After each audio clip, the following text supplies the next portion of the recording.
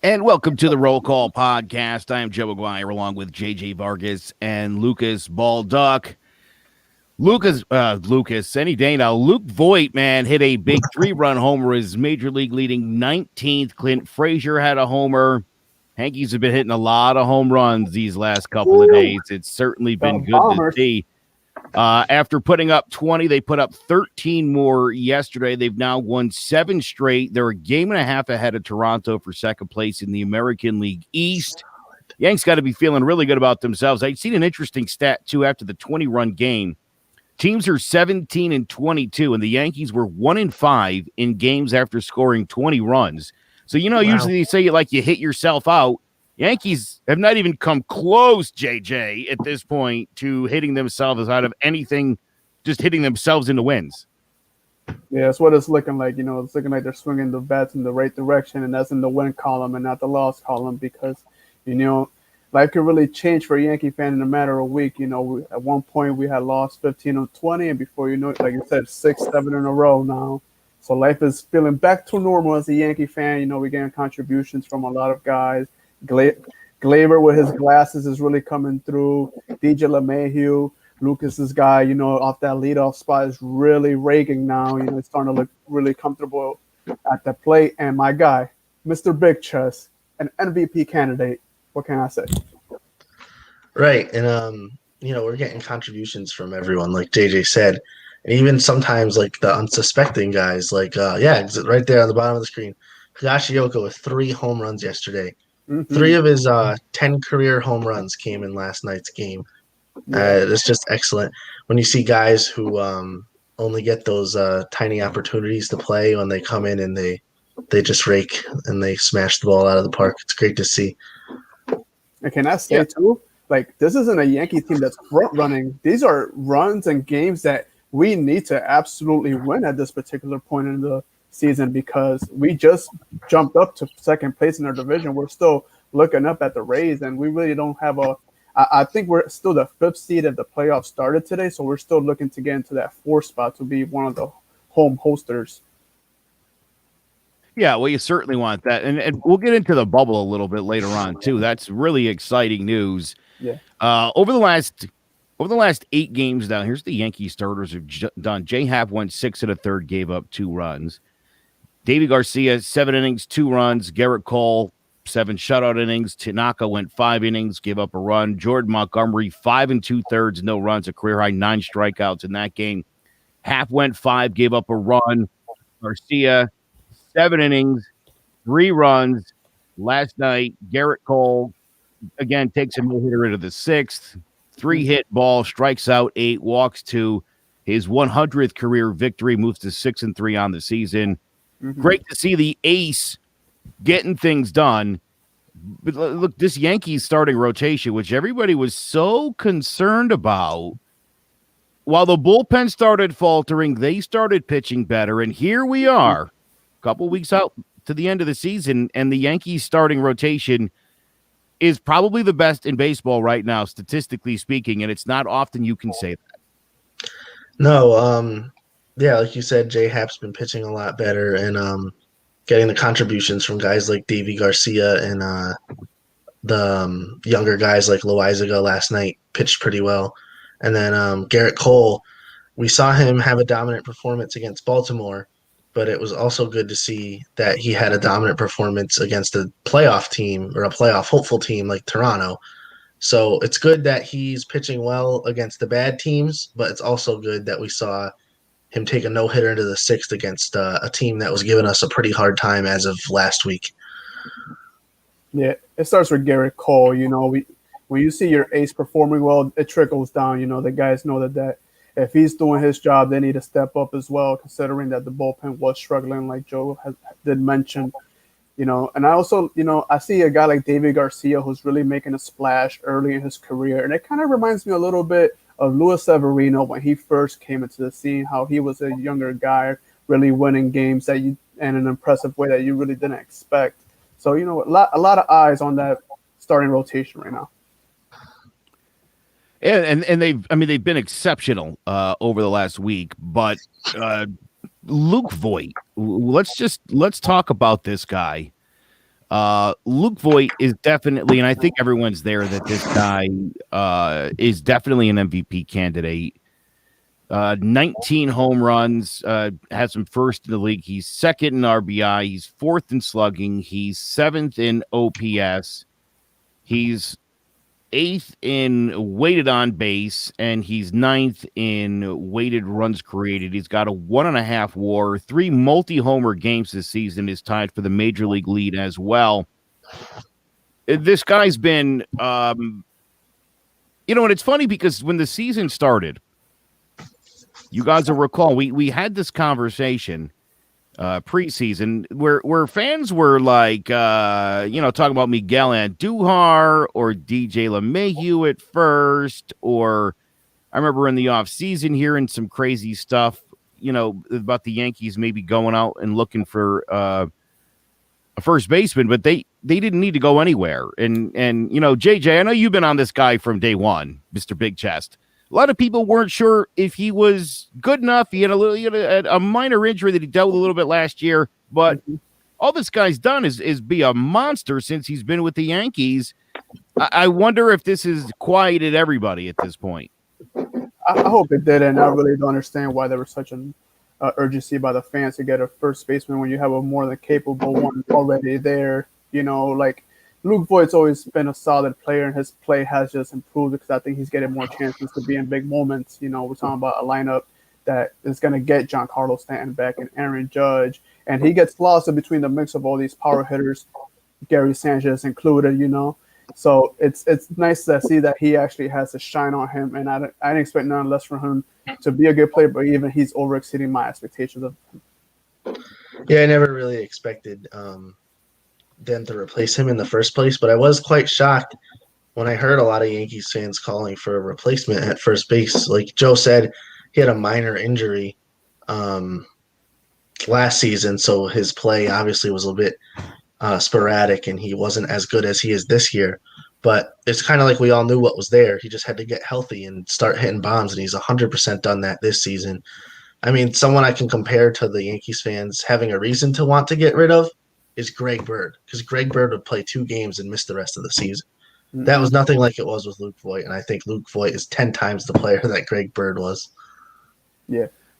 Sure, you look at it again, I think when it comes to the Yankees, again, I say this all the time, I think fans have always unrealistic expectations.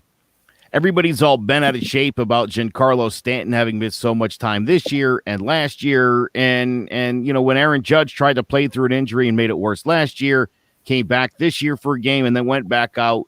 They're finally both back. But when those guys were injured and sitting, they get criticized. You play through the injury and you don't play well, you get criticized.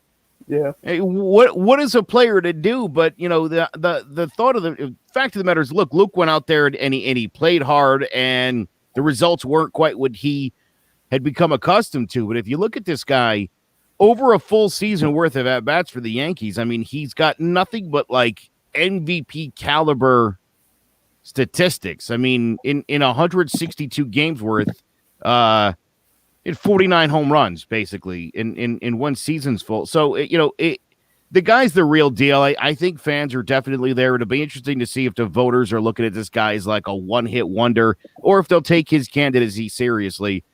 I suspect that they won't, JJ. I really do. Well, listen, I understand he's having really good numbers, but I think the thing that everybody looks for at the end of the day is it translating into wins.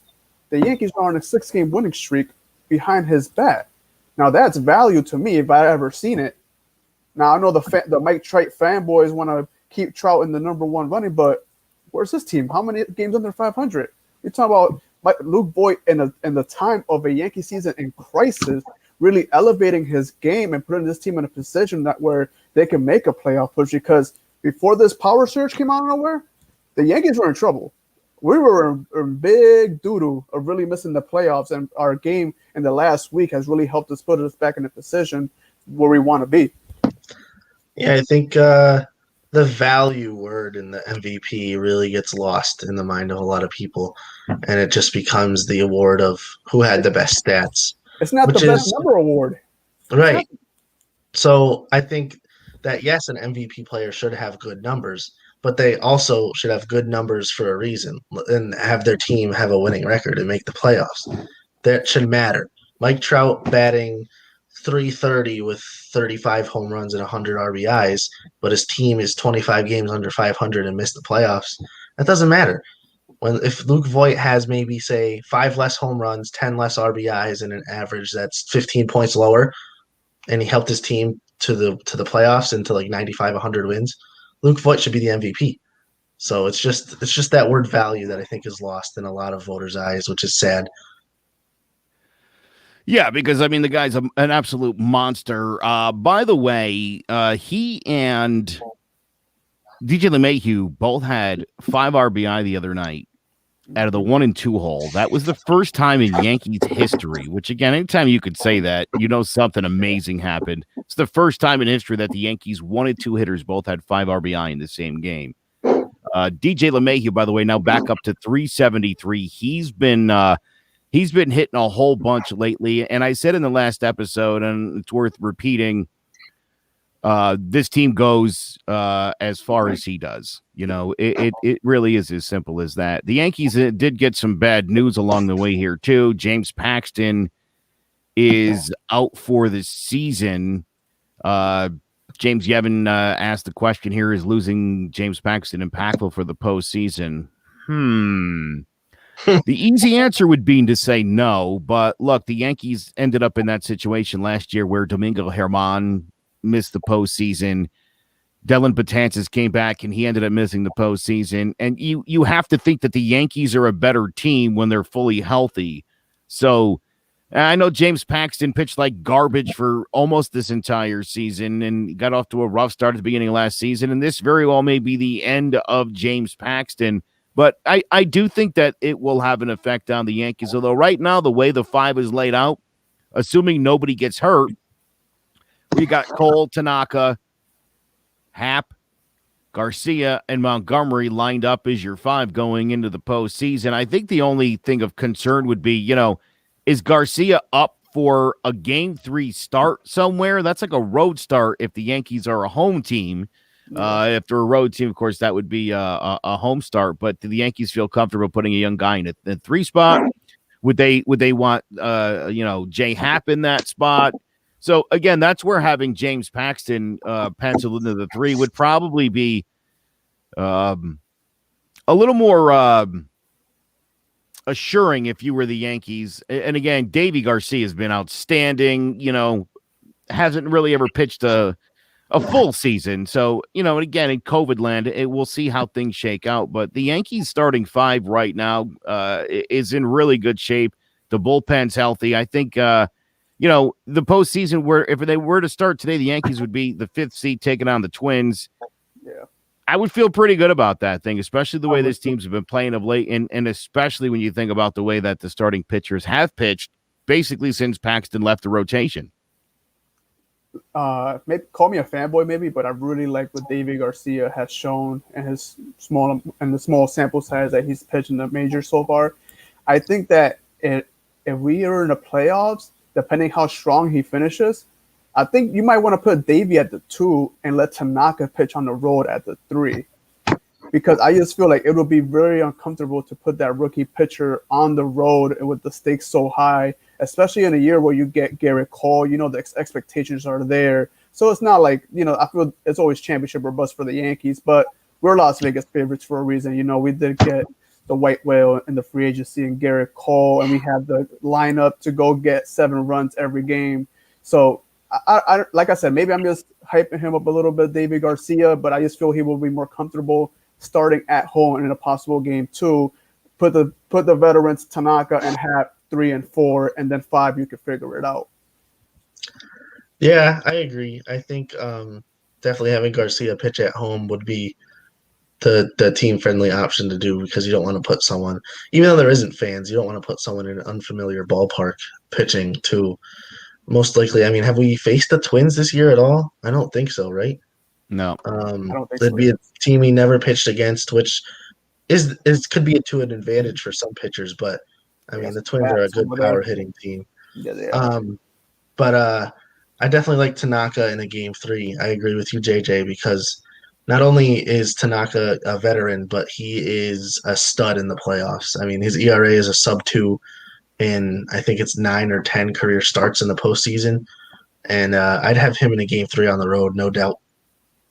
Now, Joe, if I could ask you a question, who would you feel more comfortable starting in a playoff game, Garcia or Montgomery? Garcia. I'll tell you. To me, as I watch Davy Garcia pitch, like I said, I think I said to you guys, maybe I did, maybe it was on Keys to the City, but either way, I've been really struck by his demeanor on the mound. I mean, this guy doesn't seem to be fazed by anything.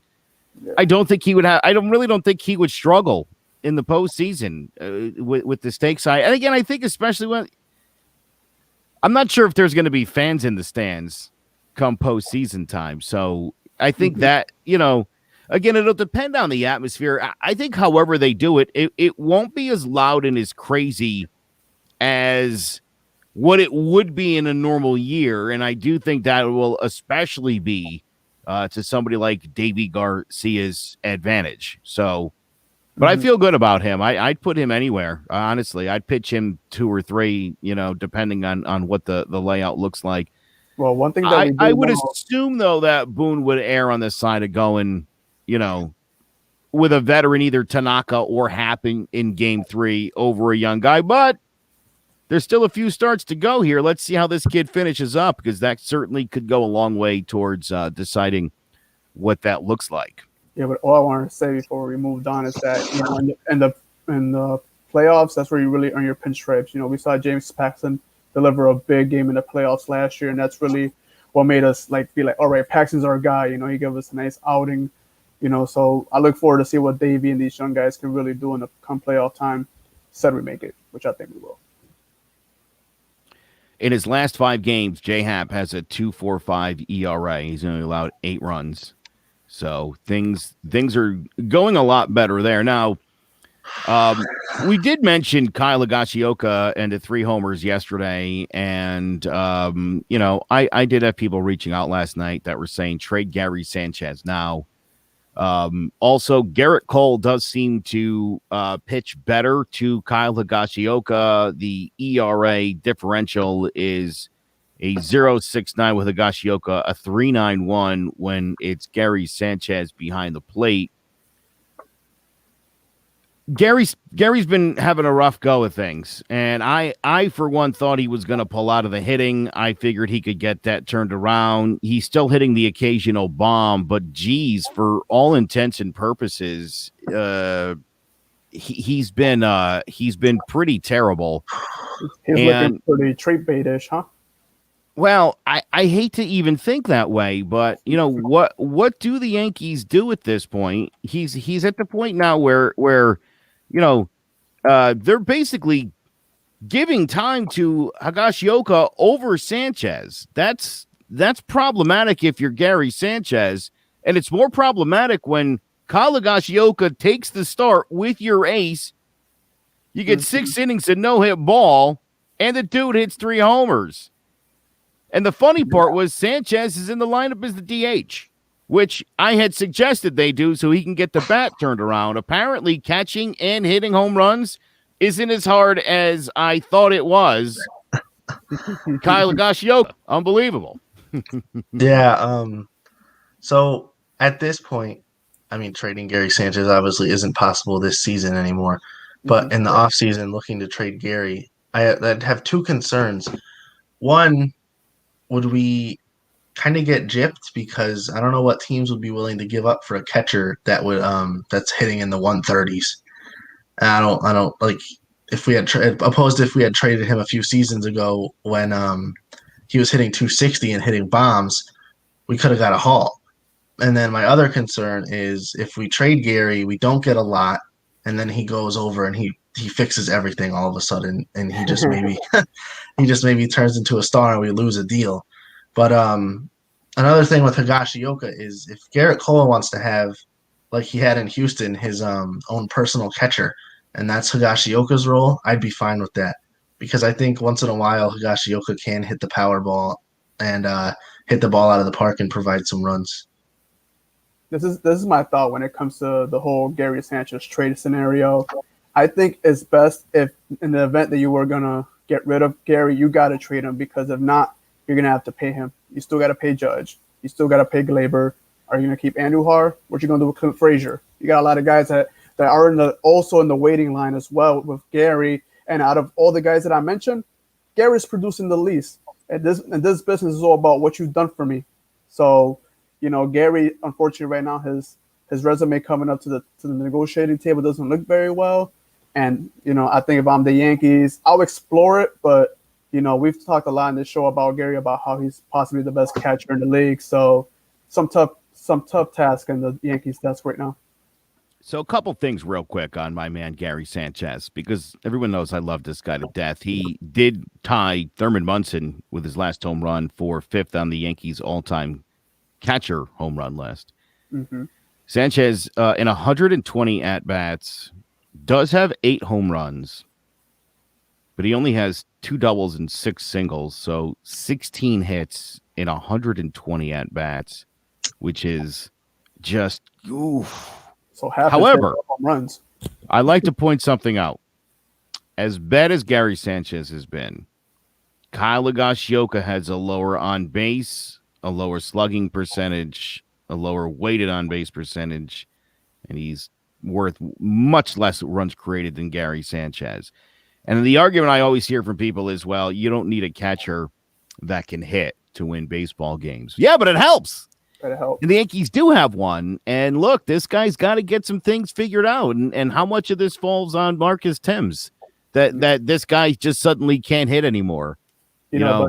But to your point though, I would debate your point against Sanchez versus Higashioka, and the production is how many at bats compared to Sanchez has Higashioka gotten though? It's weighted though, so they weight out the number like it's an average. Oh, okay. Yeah. It's difficult, definitely having a power catcher definitely always helps the cause. It helps you win more games than it does losing games for sure. Look, and I understand what you're saying about less opportunity, and I think that's the problem is we see a night like last night where Higashioka hits 3 homers, Cole pitches outstanding, and I think it's easy for anybody to be like, well, there you go, guys. The Yankees have been really high. Don't forget, this kid's literally a homegrown product for the Yankees, Higashioka. He was drafted in 2008.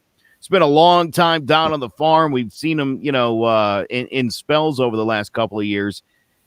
The Yankees have always thought he had a good bat. They always thought he had some pop and he could hit some home runs, and you're definitely seeing it now. Yeah. But Gary Sanchez is 26 years old, and he still has a lot of good years left in him. I don't understand. And look, this guy came in learning a new catching style, learning a new pitcher, in Garrett Cole again. You could also argue that the Yankees have one of the hardest throwing pitching staffs in all of baseball. There's a lot going on there with Gary Sanchez. Aaron Boone talks all the time about how hard of a worker Gary is, and to hear Yankee fans basically dismiss this guy as, lazy or whatever, man, that kind of stuff absolutely drives me crazy. Does this guy look like he's not out there trying? Do you think that, again, you can make the argument, these guys get to cash their paychecks. It's not like this guy's making 10, 20 million a year. He's not. Mm-mm. Not yet. So he's got as much invested in playing well as you do in watching him play well. Yeah, I don't think he's not trying. I just think he might be trying a little too hard, if that makes any sense. Swinging on balls outside of the zone. He's just looks like he's guessing sometimes up there and just trying to hit balls out when he doesn't need to. I think one thing he definitely needs to improve on is just his patience. And I think if he was just patient and he had better plate vision, I think he'd be an all-star catcher. He'd be hitting at least 250, in my opinion. But he just has to improve. I think he guesses too much. You just said something, Lucas. and it made me think of somebody else. I'm just saying, I don't know if Gary Sanchez needs to see an eye doctor, but what I can tell you is since his buddy Gleyber Torres got his glasses, he's 7 for 14 with 3 doubles, a homer, and 7 RBI. By the way, the other night he had a go-ahead in the 8th inning that put the Yankees ahead. That was the 7th go-ahead hit of his career. It's the most of any Yankee since he's been with the New York Yankees. He actually looks pretty cool in glasses. I kind of like it. I like it too. Almost went to the store and got me some glasses. I'd love to see Gary get some. I would. I think. Listen, Joe. If glasses helped Gleyber, Gary needs LASIK, my brother. That's not nice. It wasn't supposed to be nice. I know. I appreciate that. By the way, the other guy, really, who's been playing well, I believe he had 16 straight appearances hitting out of the cleanup spot, is my man Clint Frazier, who's been absolutely outstanding. And one of the other remarkable things about this young man, you preach in patience. In 246 plate appearances last year, he walked 16 times. In 113 plate appearances, so in 123 less plate appearances, he's actually walked 17 times this year. That's unbelievable. 405 on base, 563 slugging, a 161 plus 161 for runs created. Clint Frazier has not been a liability in the outfield. He's been a monster at the plate, hit another bomb in this series, and everybody wanted to trade him. He's the coolest guy to ever wear a mask, ever. He looks great. Looks great doing it. He's the anti-Andy Reid. Yeah. Yeah. I love Clint Frazier, and I was excited. I think I saw on the Clovercrest Facebook page, Joe, you shared that Boone wanted to keep Clint Frazier a starter, even with Giancarlo and Aaron Judge back, and I loved reading that. That was awesome. I think he totally deserves it. Yeah, man, he definitely does. I feel bad for Miguel Andujar, by the way, who kind of got squeezed out in all this. In 9 games in the month of September, Miguel was 11 for 31. That's a 355 average with a 581 slugging percentage. He was cracking doubles all over the place. He was looking really good. Unfortunately, for Miguel Andujar, he kind of ran into the numbers crunch. And again, when you're a guy without an actual position and you have a team that's already got 3 or 4 guys who really should be DHing, it really does make things tough for Miguel Andujar. So he has once again been returned to the alternate site. Hey, Joe. Yeah. This is just me, and this is just me foreshadowing, but this is starting to look like Miguel Andujar might be the new Clint Frazier. Yeah, I could see that. Is that the conversation we're going to have to start having now? Oh, jeez. It's looking like I feel like we can't win, man. Yeah. Seriously, JJ, yeah, I definitely think that's a real possibility. It's like, what are you going to do with this guy? He's too good not to play. Yep. And he definitely started. I know he got off to a rough start. He hadn't played in over a year. So rough start. He started hitting now, and again, just ran into a situation where, there's other guys Boone would pencil in because of the defense, and that's unfortunate. Yeah. I mean, I feel, and I hate to say this, but I really do feel like this is going to be the guy that they're going to have to move. And to who is going to be the problem? Because if you send him to the right team, you might be able to get something for him. Yeah. I think we're put in a position where now we're thinking, if we had to lose either Clint Frazier or Miguel Andujar, you really do have a thought in your head. But I think a lot of people would rather keep Clint at this particular moment than Andujar. This guy, I'd rather keep Clint, in my opinion. I mean, the dude's made incredible strides. And I mean, I hate to say to someone who's had the unfortunate injury history of Miguel Andujar, but all we've seen since his breakout season has been decline. And that's sad because I think he just can't find his place. He's up and down from the alternate site. But, I mean, to be honest, like Joe said, it's a business. It is what it is. It's a real bummer, man. It definitely is. Love that kid. He's just when he started to turn it around, unfortunately, finds himself squeezed right back out. And don't get me wrong, I'd love to see Andujar get chipped and then break out on another team and start playing. I'd still support the guy 100%. I would not, but that's a lovely sentiment. It really is. Would. I listen. Unless it's in the AL. I wanted to love Robbie Cano when he went to Seattle. I really did. I thought, you know what? I'll follow the Mariners a little bit. And then within 2 years, I was like, oh, is he still playing ball? I didn't know. That's kind of you, though, Lucas. Meanwhile, Judge, Stanton, and Urshela are all back. Stanton came back. He had an over. Matter of fact, the only Yankee didn't get a hit the other night in that 20-run output.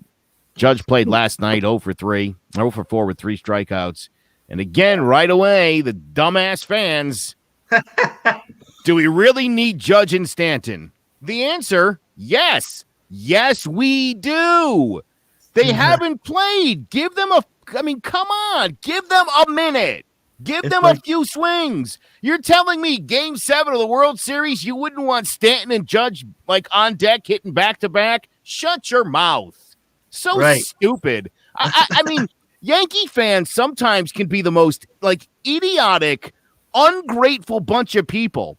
Like you seriously don't want Aaron Judge and Giancarlo Stanton hitting 2 and 3 or 3 and 4 in that lineup in the postseason. Really? Really? Who do you want there? People are insane. We want Mike Tauchman. Hey, how about Mike Ford? He had a good. Just shut up. You know what I mean? Like it's unbelievable. The Yankees are finally going to have all their weapons back. It'll be nice to finally pencil it in like this: Voit, Judge, Stanton, Voit, Glaber. I mean, to have all those guys in the same lineup, I don't think we've seen it once this entire year. I don't think the actual starting lineup that the Yankees planned for this year has happened even once. Maybe the first game, but I think that's about it. Listen, maybe the first game. That's about it. Since he got to the plate, Aaron Judge has been a star in this league, and it's not gonna go anywhere. He's here to stay. He's gonna be good for many years. When baseball came back, who was the breakout star to start the league? Giancarlo Stanton. He was smacking home runs. He got 2 in the first 3 games. And then he got hurt, unfortunately, but people tend to forget that he was the hottest player to start out in the year. Let them get back into groove. They'll be fine. And Judge was hot, too. Didn't he homer in 5 or 6 straight? Judge was leading the league at one point. Yeah, dude, he's hitting 290. He came into last night hitting 292 with 9 home runs, having missed half the season. Again, people forgot. He was actually... Before he got hurt, we were all talking about Judge being an MVP candidate. Yeah. Yep. And he got hurt, and Luke Voit stepped up his game. And now we're talking about him being an MVP candidate.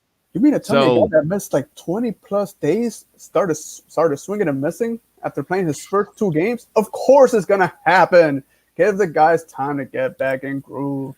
See, again, though, right? When Ronald Acuna Jr. comes off the IL and he goes 0 for 10 with 7 strikeouts, people are like, he'll get his swing back. When it's Aaron Judge, just trade this loser. He can't hit. He probably didn't even play any baseball while he was injured.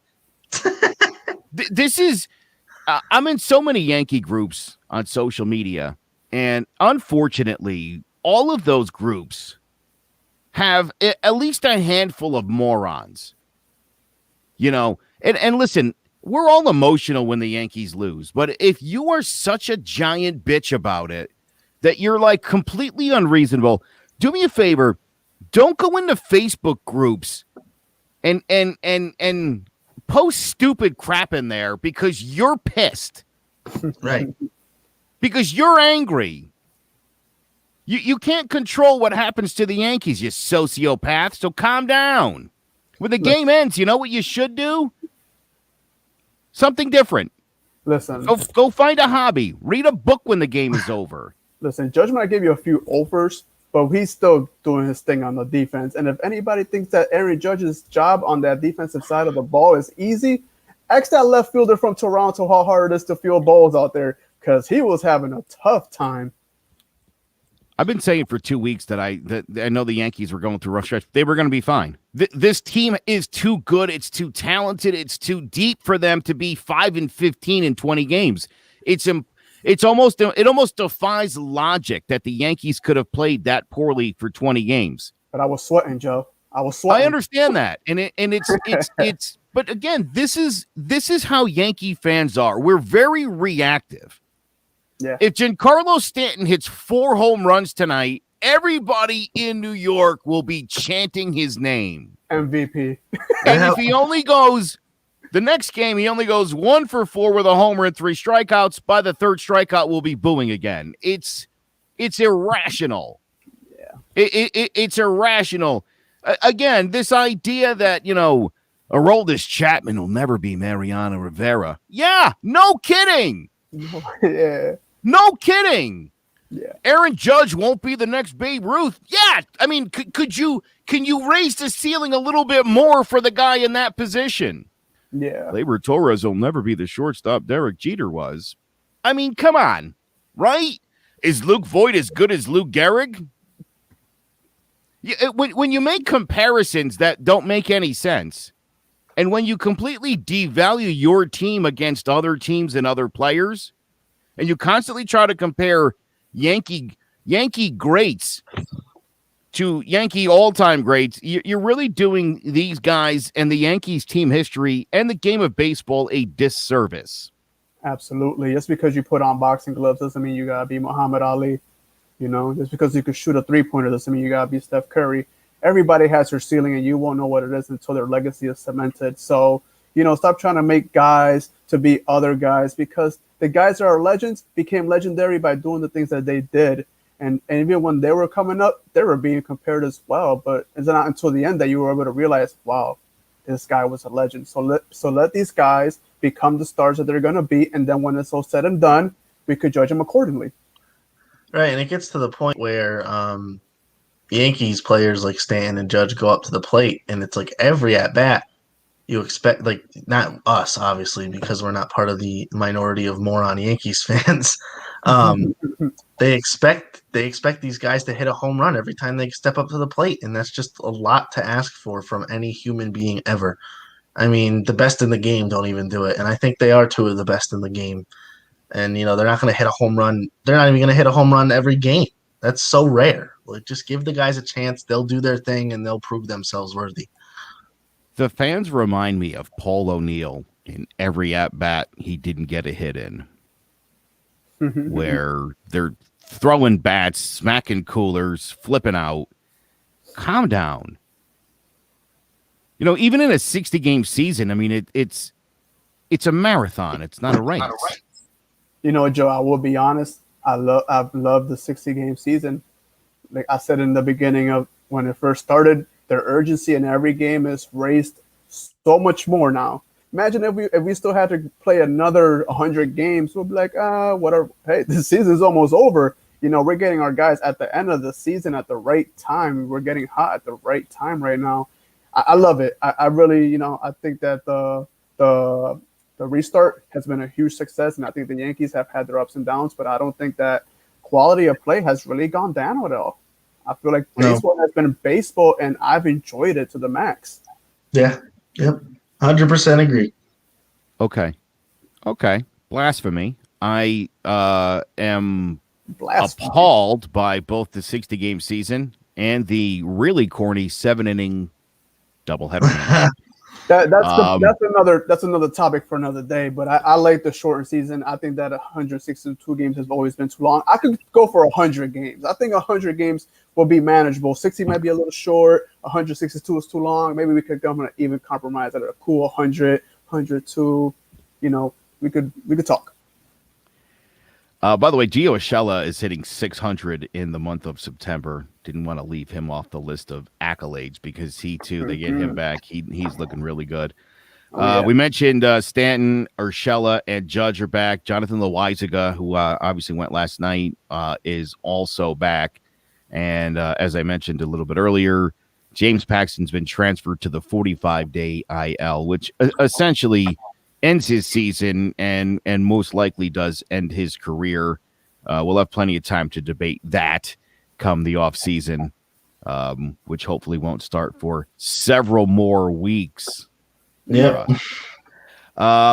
So Tanaka goes against Anderson, Montgomery, Happ, and then Garcia on Sunday. So the Yankees got their rotation pretty well laid out. Again, the way these guys are pitching, looking for their 8th straight. They're within 3 of Tampa Bay.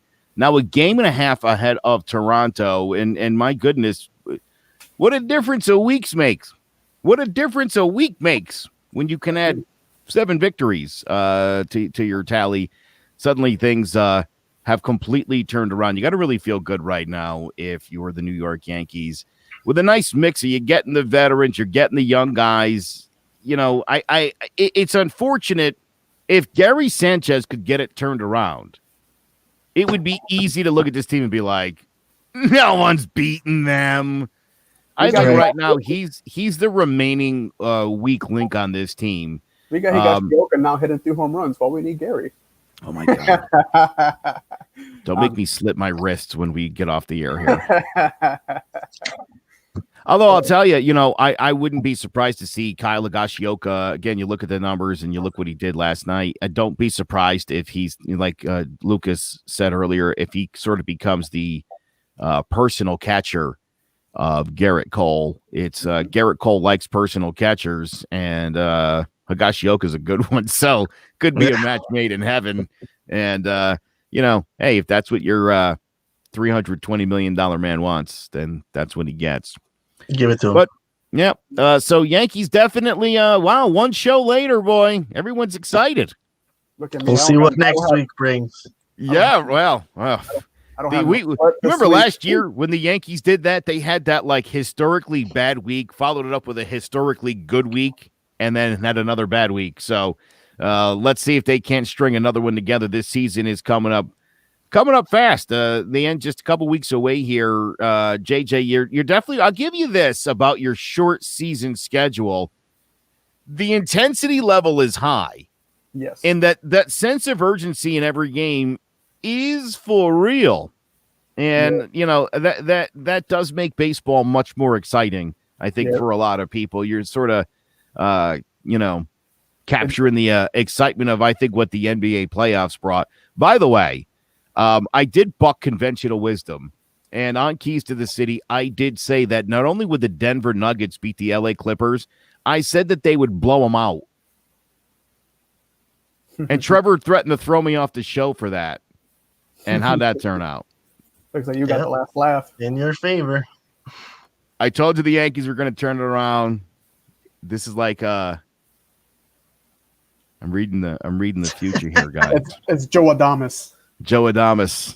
I've got those abilities, God. my friends. I do. And I see the Yankees finishing very well here, hoisting some kind of trophy. I'm seeing a trophy. So it's gold and it has some flags in it. Something like that. You seeing it too? I love it. All right. Well, that's going to do it for this week's episode of the Roll Call Podcast. For Lucas Balduke, JJ Vargas, I am Joe Aguirre. We'll catch you next Thursday on the Roll Call Podcast.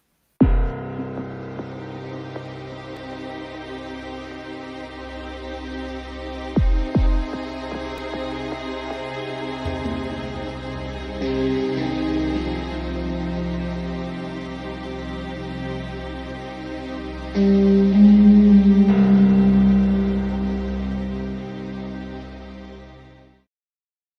I get a roll call? Let's get it on. Hit the field, let's play ball. Go home, we stand tall. yeah, we back. Oh, yeah, we back. 2020 division, Yanks back on the train track. Had to let the chances go, but we welcome in Garrett Cole. Judge back with the guy, we're bringing Giancarlo up on these corners. Look at the information they gonna K-back awesome. Boy in the Sheller, they on the corners with Torres and LeManuel. Seeing Chess don't play too. Severino in rotation, packs the throwing cage too. Fully loaded, we got the air leads wide open. One game at a time, we stay focused. Bronx Bombers on a mission. World Series chasing, taking the division. No time for wasting. Again, first placing.